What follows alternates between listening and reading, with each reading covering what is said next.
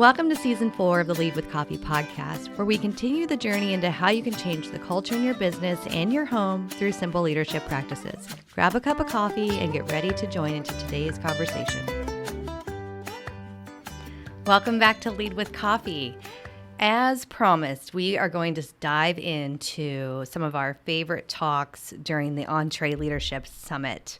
Of course, you go there because Dave Ramsey is going to entertain you, but also he has so many good nuggets. And whether you follow him regularly or get a little tidbit every now and then that kind of is an aha moment, he did a talk called Relationship Revolution, and it really hit home for us. And so today we're going to dive into that a little bit and just talk about really a premise of how we have traded connection for convenience and the reality of this fast-moving world of business that we're all living in, and how quickly you can be left behind.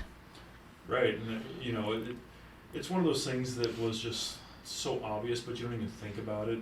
But when you have someone like Dave Ramsey pointed out in a conference like this, you just see all these like ahas popping up over everyone's head through the audience, like, oh my gosh, it's so true.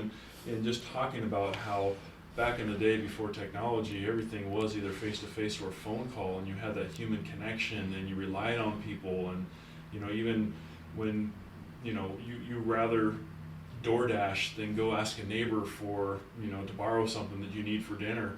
I mean, we've just got so far away from the personal connections because of the conveniences with the technology. And so he really dove into that and why number one, he feels that that's going to change, and we're going to get back to human connections again, which is great. But how quickly it has changed over the last couple decades, and how bad it is, really. Mm-hmm. And really, as a small business, which is what Entreleadership is, what they really speak into, you have to have connection. Yeah. You will get swallowed up and just passed by if you are not building relationships with your customers. Yeah. And we've seen that. I mean, it seems like everyone over the last 2 years has been coming after this pool of work that we do as a small business, and they're these mega businesses because they lost so much of their work, and they have technology and all these things that can just elevate them so much faster with deeper pockets. And so Dave kind of started out with saying we're on the verge of change. I think we are in the constant change. I don't think change ever stops. And that's part of our change management conversations that we have here a lot, is that you are always in some sort of change, good or bad. You are always figuring out how to adapt and overcome the new situation. And if you're not used to change over the last 2 years, I don't know what's going to get you used to change, because we are still in it. But he was talking about that technology is so efficient that it's also very efficient for customers to leave. Right. What an interesting thought, right? Is that technology is there to help a business grow and expand, but it can also make the end user side so much easier, because what you used to do for them, maybe as a professional service, an app does now. Yeah. They don't need people, and they don't want connection. Like you said, DoorDash. Right, and that is tough on a couple different levels. Especially before the pandemic, you could actually go and visit a client. You could drop in, and that was acceptable to do. But when everyone got a chance to hide at their house, you couldn't just drop in anymore. And so for us, for some of those relationships, that it truly was monthly meetings in person. You might not see them for a month, but it was monthly meetings in person, and now those monthly meetings don't even have a camera on, and you really just lose that personal touch, and trying to stay connected during these times has been really difficult. The awkwardness of, you're sitting in a room of people, how was your weekend? And it's a little more awkward to do that when you're on technology. And yeah, absolutely, some of the, not necessarily what we produce and what we give to our clients isn't replaced with an app necessarily, but the technology has created a gap between the personal connections with some of our clients. Yeah, I would say that there are areas of what we do that someone can Google and search. Yeah, that is true. They can find a step-by-step. They can look at our website. We tell you exactly how to do what we do. Right. You're not going to do it as efficiently as Yeah. we do it because we've been doing it for 20 years. You're going to fumble your way through it with our tools and our resources, but you can find out how to do anything on YouTube. Right. And so I think we are all replaceable. And the only way you remain relevant with your clients is that relationship, that they know you, they will pay more because they want to have that personal relationship, one-on-one service versus, well, let's give YouTube a shot because we want to save money. And what do we know as business leaders? You're always going to spend more when you think you're going to save money. You're going to spend Right. more in hours, time, energy, resources because you're figuring it out versus paying someone who's the expert that's going to give you efficiency. You may get it done yourselves, but how much lost revenue did you have because your company was down for a period of time while you were transitioning versus hiring a company to do something for you? Right. And if you say, for instance, you are worth $150 an hour to charge to your client, but you are doing menial work to get something done instead of paying somebody $50 an hour to do it, you've already lost your own revenue, Right. and so those are the things you can replace, and you can learn on YouTube how to do things. But is it the best use of your time when you could be spending it out leading the business or working on your expertise? Yeah. So Dave talks about 3 ways to deal with disruption, which I think is dead on. Either ride the wave, get crushed by the wave, or cause the wave. Or cause a wave. We want to cause waves, We right? are some wave-causing fools over here. Yeah, well, there was another one, and I don't remember. We were watching on that show last night that it was kind of the same thing in different words. Do you remember what he was saying? We were watching Deadliest Catch, for those of you that want to know what we were watching. Yeah, the Hawaii edition. Yeah, I don't remember Bloodline. it, but you brought it up, so you better remember I it. don't remember, but it was kind of the same thing, but it was darn funny. Yeah, 50. Yeah. Your brain stops working. Yeah, but basically, go back and say that again. Yeah, so you can either ride the wave, get crushed by the wave, or cause the wave. So, yeah, are you the ones that are just, okay, here's the latest and greatest, we're going to jump on this and go after it? Or are you going to be the ones like, I'm not changing. Yeah. This is the way we've always done it. Our customers love it. And here comes the wave, and boom, we get crushed by it. Or, okay, I see how these people are riding the wave. I see we don't want to get crushed. How about we just create our own way to doing it? Yeah. And that's, that is small business. That is entrepreneurship and creating new things that don't exist. And that's where we want to be. And that's what we're constantly having conversations about. How can we be more efficient for what we do and how we serve our clients? Mm-hmm. And be the disruptors, but in a good way. In a good way, yeah. And I think that is, and that's something that maybe is what our generation is known for, of not just doing it the way it was always done. I think that drives us crazy when we hear that, because we're just like, oh, you're like Stop it. stuck in your ways. No, we like, can't. get out of your box, Yeah. where we're very much disrupting the way things have always been to make them better, to make them more efficient. Just think about shortened work weeks. Mm-hmm. That is a disruption. That is a system that has been in place for decades. And now we're coming in and saying, you don't need to work 40 hours, but you can also keep your full-time salary. But what I do expect is that all your deliverables are going to get done in the amount of hours we've agreed you're going to work. And so it's kind of that pay for performance in a way that we all knew before, but it's not based on your annual review. It's based on your daily output. Are you getting the job done in the time you have to do it? And does it have to be a butt in a seat for 40 hours? That's a disruption, but that's a disruption for both the success of the employee, the success of the business, and for clients, because you're working harder and smarter. Yeah, and it does not work in every profession. And that's okay, because some of the feedback that I've heard, because we are in the construction industry and the move management industry, is that movers, you can't necessarily cut a day at 6 hours when it's going to be a 10-hour day. Or construction, stopping, if these guys are jamming for 8 hours, cutting it back 2 hours doesn't necessarily work. Now, there's always efficiencies there, but I would say that there are some companies that are going to be harder to shift than others, but we're in a position as a consultant that we can, and we will, and we are going to push harder on our team members to be more efficient, but the outcome is they have more time on their own. And so that's kind of the mindset that you have to get past, it's going to take a little more dedicated, hard work to be more efficient, but in the end, you have more margin. And whether you're going to use that margin as a business owner, for us, that margin is going to be used on trying to find more clients. For an employee, that margin could be spending more time with family. So, Right. It varies depending on the profession. But again, as small business owners, we're looking to be as efficient as we possibly can. Definitely.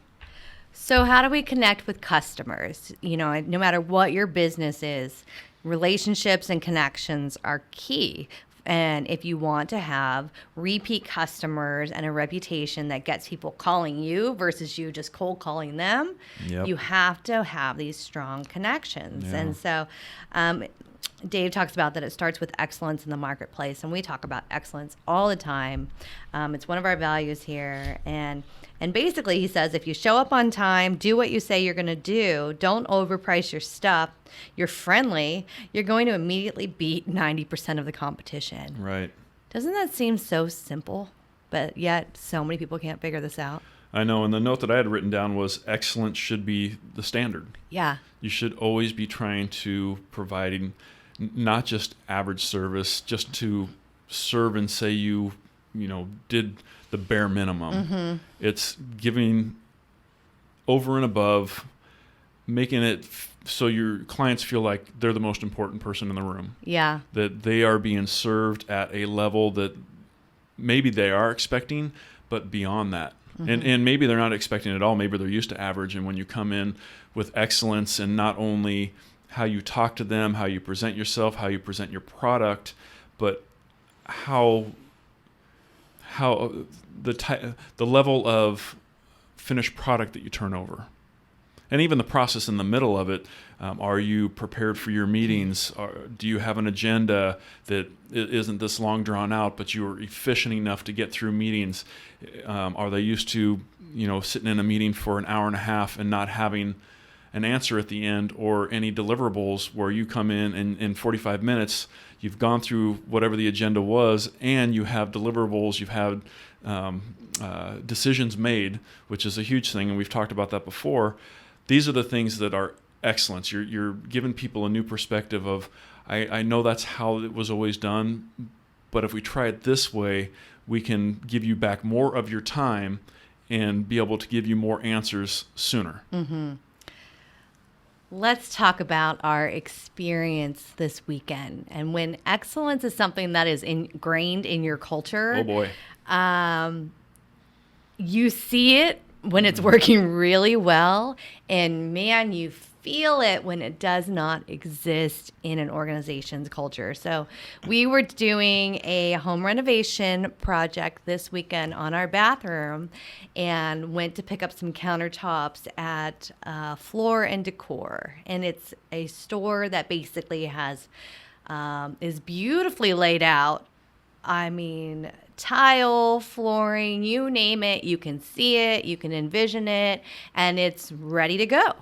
So they say, until you actually want the item that is ready and available for you. So talk about what this customer end user experience was like, and the lack of excellence. So, and it's funny because I just saw one of their commercials again this morning, and I'll talk about that at the end of this conversation.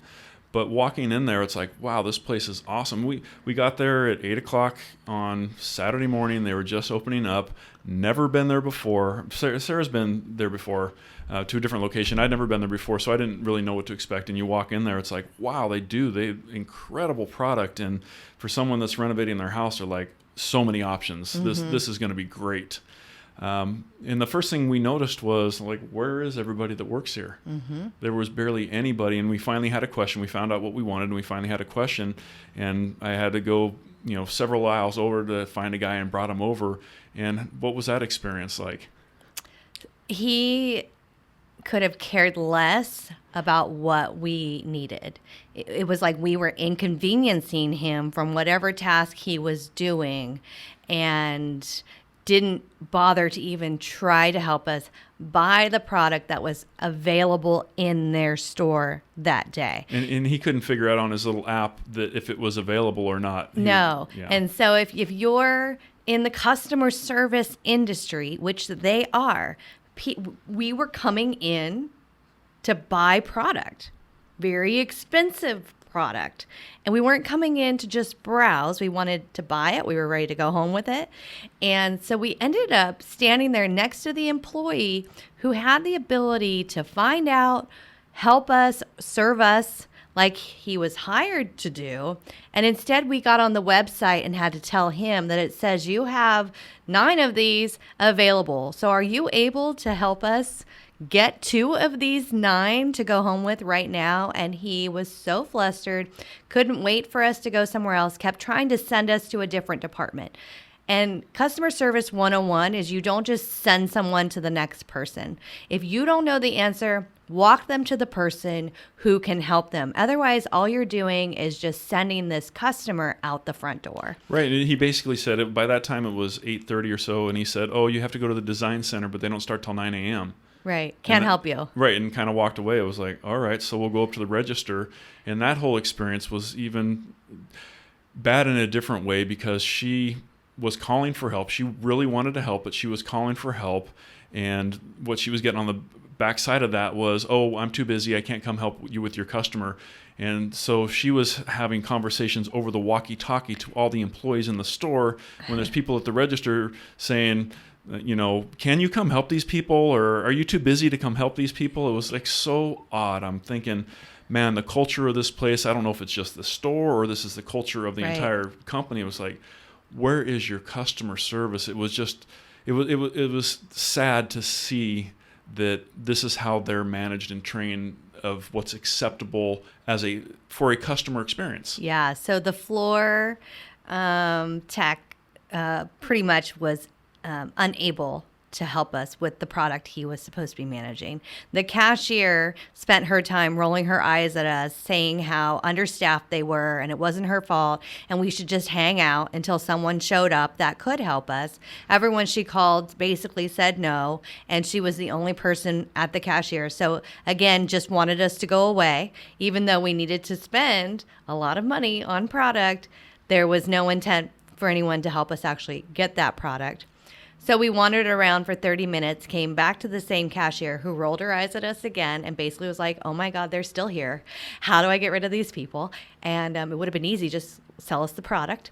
And so she called for another person and he said, "Yeah, I'll get there." And so then I watched the person come up that she had called for a half an hour before. And I said, "Well, here's Melissa, who you called for before. Can she help us now?" And she was like, "No, I called the other guy." I said, "But Melissa's standing right here doing nothing. So can I ask Melissa to help us?" And she was like, "No, I called for the other guy." So I said, "Melissa, are you able to help us find these countertops that we need?" "Oh, sure." So down we go. And Melissa proceeded to tell us every negative thing about the store, just like the cashier did. And so, the point of the story is, if this is your culture where every employee you run into talks negatively about your company, something's going wrong. Yeah. Your customers are not going to come back. And that's our experience with Floor and Decor. We needed something from them, so we had to stick it out for 3 hours, basically, to get what we needed for the project. But will we ever go back? No, probably not. And so, we get to the area to pick the stuff up and there's a line of cars and everyone's just got this look on their face like, "Oh my gosh, this is taking forever." And it did. It took a really long time, and the guys down there were nice. Customer service wise, they were nice. But took their union breaks with everybody waiting. Right. But the funny thing is, so I'll get to the commercial. So I saw the commercial this morning of Floor and Decor, and everyone walking in the building is smiling. Everyone walking out of the building is smiling. All the people working in the building are smiling. So next time you see that commercial, notice it. That was not the experience in the store, and it's really too bad. And not to be too harsh on Floor and Decor. No, they deserve it. But that was the experience, and it's unfortunate. As a business owner, I never want a client to feel that way of anything that we're providing, whether one of our staff is having a bad day or not, that is just unacceptable. And that's the whole excellence should be the standard. Yeah. Always going above and beyond and making sure that the customer experience is great. And is it always going to go great?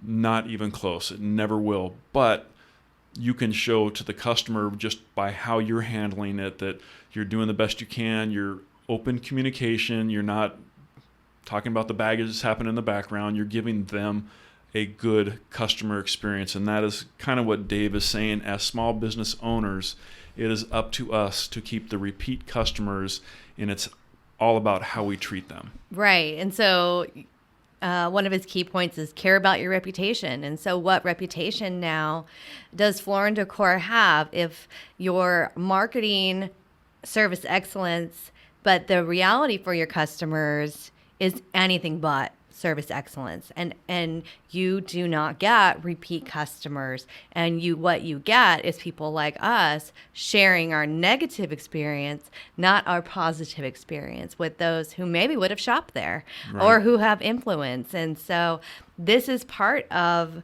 how do you get your customers to stay? And just like we said in the beginning, your customers have technology and can move on. So we could shop other stores for the same product that you sell and go somewhere else. I would be willing to spend more to have a better customer service experience. If I knew what we were going to run into, I would have found that product somewhere else, right, and driven further, even with today's gas rates, to get the product, because I wasted hours of time dealing with a store that had no intention to try to help us. We were causing them a problem by trying to buy product. That's how they made us feel as customers, right? Yeah, and I think, and that's a good lesson for us. We had this was the project we were going to do this weekend, and it was our interpretation that if they have this in stock, we can just go and get it, and we'll do our thing and have plenty of time to do the work.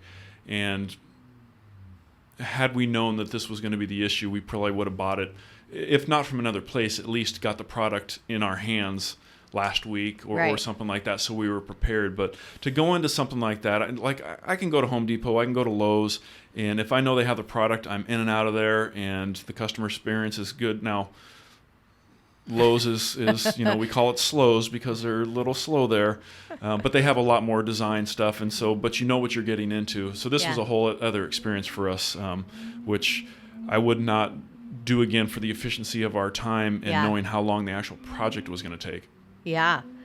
So make more money on fewer customers. If you actually serve your customers well, those customers will become repeat customers, and you won't spend all of your time finding new customers with lower rates or one-time, purchases. You will get repeat customers. Yeah. You will make more money on fewer customers if you build a good relationship with them and connect deeply with them. They, like Dave says, they won't leave you for a nickel. Right. And there are people that will pay more because they know what they're getting from you. They've had a positive experience.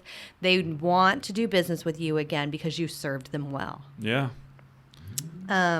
Another one is to, build a database of your customers. You hear this all the time, but I think the reality is most people these days are like, yeah, I don't want to deal with that. But it's still really critical, and we're in a season right now where we need to do some outreach to our existing customers or customers that we haven't served in maybe a couple of years, and remind them we're still around. Yeah. Remind them that COVID didn't take us out, and this little small business is still here, ready to serve you. And here's what we've been doing, in case you didn't know, or here's the market trend that might impact you, and here's how we can serve you through that. So all of it is part of connecting and staying engaged with your customers.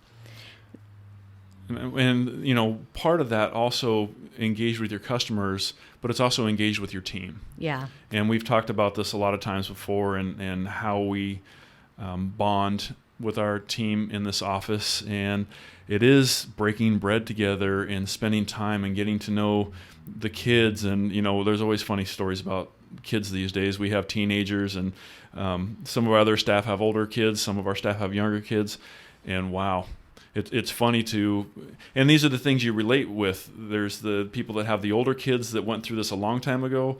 We have teenagers that are going through some of it now, and there's little ones that we went through. And so just having the bond about, it's okay, you're a good mom. Right. You're going to run into these things. We went through the same thing. And so those are the type of bonds and connections you need to have, not only on a personal level with your clients, but also with your team and your staff. And, we purposely in this office set a kitchen table so people had a place to gather. We don't have a conference room that's a closed door behind everywhere that you can go and meet. You're meeting in the middle of the space, and that was intentional for and this is something you created, 4 years ago, to bring a place to gather. Yeah, I think it is a part of culture in businesses that is essential. Yeah. You have to gather together in a communal space and enjoy a meal together if you want true connection with your team members. You cannot just eat at your desk, or half your team goes to the deli, or whatever you're doing. It doesn't always work for every team all the time, but even once a week, find a way to gather. Birthdays, celebrations, monthly, figure out what works for your team. Every team can do it. If it's not a table in your office, it's the parking lot where you bring breakfast burritos before everybody starts a shift. It can happen in all different kinds of ways. But when I came in, even as a small business, it felt like people were not connecting. Yeah. You knew a lot about each other, but you weren't really giving time and space for connection in the office. And for me, I really felt like as you build the relationships with the team, your company is going to grow so much stronger, and your team will fight to save that time together and to save one another when trials come. And that's what we found. As soon as we put that table in the office and put a coffee bar in, the culture at our company changed overnight. Yeah. And it wasn't easy. It was an investment that I'm not sure you were ready to make at the time. And I am a little bolder. So I placed the order and said, the table's coming tomorrow. And that customer experience was really good. And the customer experience was great. But sometimes you just have to have someone in your organization that can see it differently. And when someone feels so strongly about something as a leader, maybe lean into it, right? And I think you leaned into it. And once you started seeing what I was seeing, then it started to all make sense about the why, right? Especially as the team gathered around the table for the very first time and ate canes and, just like had a good time together. I think it resonated with you in a way that was like, oh, this makes sense. And Sarah has figured out the one thing that will always bring a group of people together. Nachos. A Nacho Party, which we'll be having tomorrow. Which we'll have tomorrow. But how excited are people about the Nacho Party? Yeah, absolutely. Cheap, efficient, and everyone loves it. Same thing with breakfast burritos. It does not have to be expensive. But eating together is a part of how you play, how you connect, how you build deeper relationships. And our team feels like family because we invest time in one another like a family. Yeah. And so one of the last notes that I had written down that Dave had said was, do things around love, care, integrity, and friendship. And I just love that. That is so simple, but those cornerstones are the things that will allow you to serve better, relate better to your clients and your staff, and overall just you'll feel better about yourself if you base things love, care, integrity, friendship. How could you go wrong? Yeah, I think you can just end it right there and think about the type of leader you want to become. Maybe you aren't that leader today, but maybe this time here on this podcast today is giving you a little moment of pause to go, what kind of culture have I created for my team, for my customers? And if we're not there, how do we start moving one step closer every single day to those things that David just said? Try a Nacho Party. We appreciate that you decided to hang out and spend some time with us discussing life and leadership. It would mean the world to us if you would share this episode on social media to increase our online presence. If you enjoyed the episode, please take a minute to rate it and review it wherever you listen. Mahalo!